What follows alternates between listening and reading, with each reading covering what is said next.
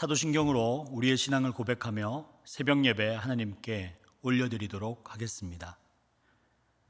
전능하사 천지를 만드신 하나님 아버지를 내가 믿사오며 그 외아들 우리 주 예수 그리스도를 믿사오니 이는 성령으로 잉태하사 동정녀 마리아에게 나시고 본디오 빌라도에게 고난을 받으사 십자가에 못 박혀 죽으시고 장사한 지 사흘 만에 죽은 자 가운데서 다시 살아나시며 하늘에 오르사 전능하신 하나님 우편에 앉아 계시다가 저리로서 산자와 죽은 자를 심판하러 오시리라. 성령을 믿사오며 거룩한 공예와 성도가 서로 교통하는 것과 죄를 사하여 주시는 것과 몸이 다시 사는 것과 영원히 사는 것을 믿사옵나이다. 아멘.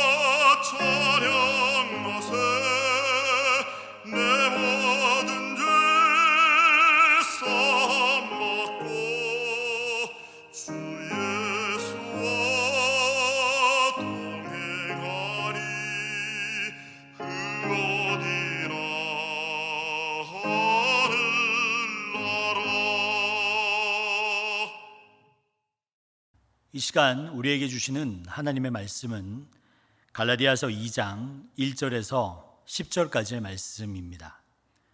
제가 읽겠습니다. 14년 후에 내가 바나바와 함께 디도를 데리고 다시 예루살렘에 올라갔나니 계시를 따라 올라가 내가 이방 가운데서 전파하는 복음을 그들에게 제시하되 유력한 자들에게 사사로이 한 것은 내가 다름질하는 것이나 다름질한 것이 헛되지 않게 하려 함이라. 그러나 나와 함께 있는 헬라인 디도까지도 억지로 할례를 받게 하지 아니하였으니 이는 가만히 들어온 거짓 형제들 때문이라.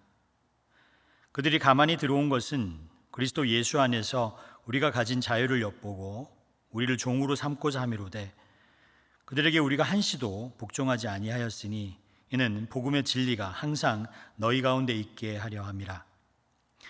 유력하다는 이들 중에 본래 어떤 이들이든지 내게 상관은 없으며 하나님은 사람을 외모로 취하지 아니하시나니 저 유력한 이들은 내게 의무를 더하여 준 것이 없고 도리어 그들은 내게 무할례자에게 복음을 전함을 맡은 것이 베드로가 할례자에게 맡음과 같은 것을 보고 베드로에게 역사하사 그를 할례자의 사도로 삼으신 이가 또한 내게 역사하사 나를 이방인의 사도로 삼으셨느니라. 또 기둥같이 여기는 야고보와 게바와 요한도 내게 주신 은혜를 알므로 나와 바나바에게 친교의 악수를 하였으니 우리는 이방인에게로 그들은 할례자에게로 가게 하려 함이라. 다만 우리에게 가난한 자들을 기억하도록 부탁하였으니 이것은 나도 본래부터 힘써 행하여 왔노라. 아멘. 기도하겠습니다. 우리의 반석 되신 하나님, 혼란스러운 세상 가운데 반석이 되어 주셔서 흔들리지 않는 믿음을 가지게 하시니 감사합니다. 코로나로 사람들과의 거리는 멀어졌지만 하나님과의 거리는 더욱 가까워지게 하시고 성령의 은혜와 지혜 안에서 일상에서 예수님을 드러내는 삶을 살아가게 하옵소서. 이제 말씀을 듣습니다. 부족한 자가 전하는 말씀이지만 그 속에 하나님의 분명한 음성이 들리게 하여 주옵소서. 예수님의 이름으로 기도드립니다. 아멘. 할렐루야. 오늘은 아름다운 시선이라는 제목으로 하나님 말씀을 전하도록 하겠습니다. 갈라디아서에서 사도 바울은 그리스도인이 되고 나서 예루살렘에 5차례 방문하게 됩니다.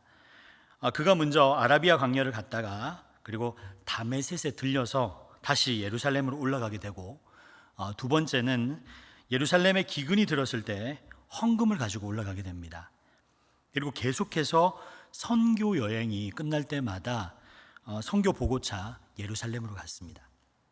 오늘 본문은 그가 예루살렘 교회에 올라갔던 이유에 대해서 이야기를 하고 있습니다. 1절에서 2절을 제가 읽어드리겠습니다. 14년 후에 내가 바나바와 함께 디도를 데리고 다시 예루살렘으로 올라갔나니 계시를 따라 올라가 내가 이방 가운데서 전파하는 복음을 그들에게 제시하되 유력한 자들에게 사사로이 한 것은 내가 다름질하는 것이나 다름질한 것이 헛되지 않게 하려 함이라. 14년 후에 라고 시작을 합니다. 그는 이제 첫 번째 예루살렘에 올라갔다가 이제 14년 후에 두 번째 예루살렘으로 올라간 것을 추정할 수 있습니다. 갈라디아서 2장 1절에 시작되는 그 14년이라는 얘기에 저는 주목할 것이 있다고 봅니다. 우리의 믿음의 길도 그렇습니다. 한번 믿음의 길을 걸어간 것을 한번 쫙 생각해 보십시오. 결코 게으르지 않는 길이었습니다. 근데 그 걸음을 가다 보면 어느새 10년이 후딱 지나갑니다. 우리의 인생을 보십시오. 언제 우리도 이 나이가 되었나, 그리고 우리가 벌써 이 시점에 이르렀나 할 만큼 믿음의 시간은 빨리 지나갑니다. 바울이 그리스도인이 된 14년, 그리고 이 14년을 저는 아름다운 시선을 가지기 위한 훈련의 과정이라고 표현하고 싶습니다. 이 14년의 세월은 사울이 바울이 되는 14년이었습니다. 그리고 유대교에서 열심히였던 그가 예수를 만나서 복음에 전심하던 14년이었습니다. 구체적인 그의 행적이나 발걸음은 알 수 없습니다. 그러나 그 14년은 정말 예수님과 친밀히 동행하면서 예수님을 만나고 그의 인생 자체가 온전히 변화되는 시간이었습니다. 여러분에게 이런 시간이 언제였는지 오늘 말씀을 들으면서 한번 다시 회고해 보시기 바랍니다. 여러분, 과연 예수님을 믿은 지는 얼마나 되셨습니까? 그리고 그 시간 동안 나는 어떤 믿음을 지키고 살아왔습니까? 어떤 신앙인이 되고자 노력을 하셨습니까? 여러분은 무엇을 위해서 예수님을 믿었던 것입니까? 그리스도인에게는 예수님을 인격적으로 만나는 경험이 있어야 합니다. 그리고 예수님과 동행하는 시간이 있어야 나의 시선, 즉 우리의 시선이 하나님 중심으로 변화되는 그러한 시간이 필요합니다. 바울은 그 시간을 가졌던 겁니다. 여러분도 그 믿음의 시간을 통해서 우리의 시선에서 하나님의 시선으로 넘어가는 그러한 믿음의 경험을 하시기를 주님의 이름으로 축원드립니다. 그래서 그는 계시를 따라 다시 예루살렘에 올라갔던 겁니다.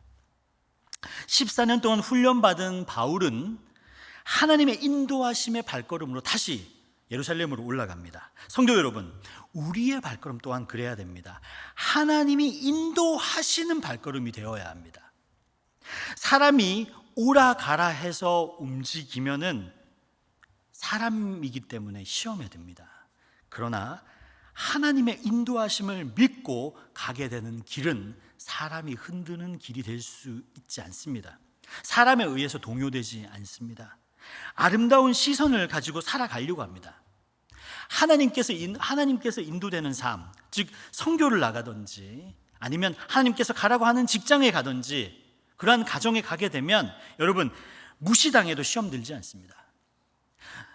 대접받지 않아도 시험 들지 않습니다. 하나님이 가라고 했기 때문에 하나님이 주시는 시선과 음성에 집중할 수 있는 신앙을 가지게 됩니다. 즉 본질이 무엇인지 꿰뚫을 수 있는 그 경험, 그 믿음의 경험을 했기 때문에, 그리고 하나님께서 가라고 했기 때문에 흔들리지 않습니다. 저는 이것을 복음의 능력이라고 이야기하고 싶습니다. 왜냐하면 복음은 자유함이기 때문입니다. 복음은 사랑이요, 복음은 자유입니다.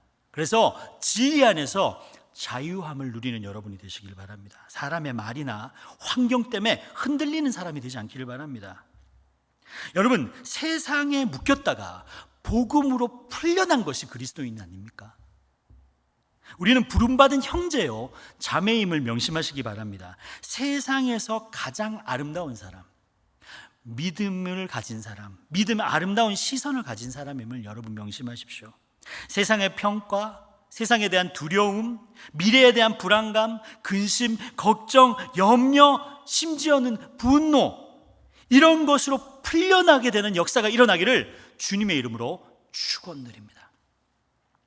제가 3절에서 5절을 읽어드립니다. 그러나 나와 함께 있는 헬라인 디도까지도 억지로 할례받게 하려 하지 아니하였으니 이는 가만히 들어온 거짓 형제들 때문이라. 그들이 가만히 들어온 것은 그리스도 예수 안에서 우리가 가진 자유를 엿보고 우리를 종으로 삼고자 함이로되 그들에게 우리가 한시도 복종치 아니하였으니 이는 복음의 진리가 항상 너희 가운데 있게 하려 함이라. 바울은 디모데에게는 할례를 받게 하고 그리고 디도에게는 할례를 받게 하지 않았습니다. 그는 복음을 전하는 방식을 천편일률적으로 적용하지 않았습니다. 디모데가 섬겨야 할 대상은 히브리인들이었습니다. 그래서 그들에게는 그 히브리인들에게 복음을 전하기 위해서는 할례를 받을 수도 있습니다. 하지만 디도가 복음을 전해야 될 대상은 이방인이었습니다. 그렇기 때문에 할례를 권할 이유가 없었습니다. 우리가 하나님 때문에 할례를 받을 수도 있고 그리고 하나님 때문에 할례를 받지 않아도 됩니다. 이 말은 사울이 그렇게 말하는 사랑의 이중 계명을 이야기합니다. 사랑하기 때문에 믿음 없는 자 앞에서 믿음 없는 자처럼 행동하기도 하고요. 그리고 사랑하기 때문에 믿음이 있는 사람 앞에서 믿음 있는 자와 같이 행동해야 합니다. 그 이유가 뭡니까? 한 사람이라도 더 그를 그리스도에게로 인도하기 위함입니다. 그런 사랑이 우리 모두에게 있어야 됩니다. 내 믿음, 내 신앙, 내 방법을 고집하는 것이 아닙니다. 사랑하면 이럴 수도 있고 저럴 수도 있습니다. 사랑이 없으면 원칙을 고집하고 극단주의에 이를 수 있지만은 사랑하게 되면 내 중심에 무엇이 중요한가, 그리고 저 사람에게 무엇이 중요한가를 꿰뚫어 보게 됩니다. 그래서 내가 믿는 방식이 중요한 게 아니라 내가 믿는 분이 중요하게 됩니다. 내가 믿는 하나님이 중요하게 됩니다. 우리는 코로나 이전에 믿음의 방식 그리고 믿었던 스타일대로 살아가지 못할지도 모릅니다.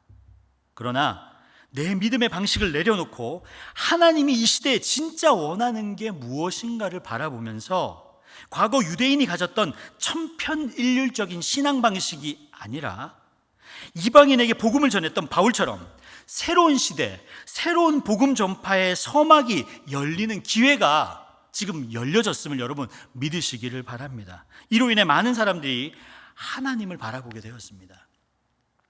여러분의 이웃이 여러분을 통해서 그리고 하나님 나라를 경험하고 그리고 여러분을 통해서 예수 그리스도가 어떤 분인지 보게 될 수 있는 기회가 열렸습니다. 여러분의 말, 여러분의 행동, 그리고 여러분의 시선을 통해서 많은 이웃들은 절망 속에서 소망의 노래를 부를 수도 있고 어려움 속에서 희망을 찾는 역사가 일어남을 여러분 믿으시기를 바랍니다. 이제 제가 6절에서 8절을 읽어드립니다. 유력하다는 이들 중에 본래 어떤 이들이든지 내가 상관이 없으며 하나님은 사람을 외모로 취하지 아니하느니 저 유력한 이들은 내게 의무를 더하여 준 것이 없고 도리어 그들은 내가 무할례자에게 복음을 전함을 맡은 것이 베드로가 할례자에게 맡음과 같은 것을 보았고 베드로에게 역사하사 그를 할례자의 사도로 삼으신 이가 또한 내게 역사하사 나를 이방인의 사도로 삼으셨느니라. 여기서 유력하다는 사람이라는 것은 예루살렘 교회에 있는 사람들을 얘기합니다. 예를 들어서 베드로, 야고보, 그리고 요한과 같은 사람입니다.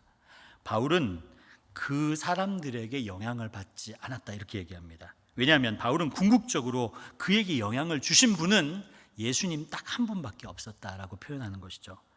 교회의 주인은 여러분 사람이 아니라 예수 그리스도입니다. 우리가 묶여야 할 대상은 사람이 아니라 복음입니다. 예수 그리스도입니다. 바울은 이야기합니다. 내가 무할례자에게 복음을 전한 것을 맡은 것 같이 베드로는 할례자에게 복음을 전하는 것을 맡았다. 여러분, 교회에서는 각자의 부르심이 다릅니다. 하나님은 여러분을 부르신 시각과 저를 부르신 시간이 다르죠. 그리고 하나님은 여러분을 부르시는 방법과 저를 부르시는 방법이 다릅니다. 그러니 여러분을 보내시는 때가 다르고 저를 보내시는 때가 다릅니다. 각자 보내시는 부르시는 시간과 방법이 다릅니다.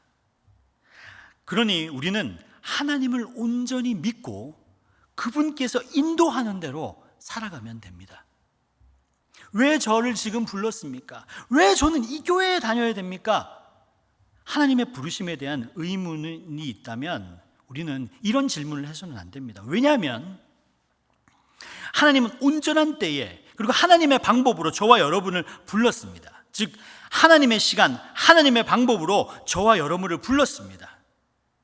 직장 생활도 마찬가지입니다. 중요한 것은 부르심을 받았냐 안 받았냐인 것이지 내 직장이 돈 버는 장소가 아니라 부르심을 받은 장소라는 깨달음이 있어야 된다는 겁니다. 그럴 때 우리는 자유할 수 있습니다. 내가 서 있는 곳, 내가 지금 만나는 사람, 이 사람들이 하나님께서 만나게 한 사람이구나. 내가 있는 곳이 거룩한 곳, 내가 있는 곳이 하나님 나라이라는 깨달음을 얻을 때 우리는 자유할 수 있음을 여러분 믿으시길 바랍니다.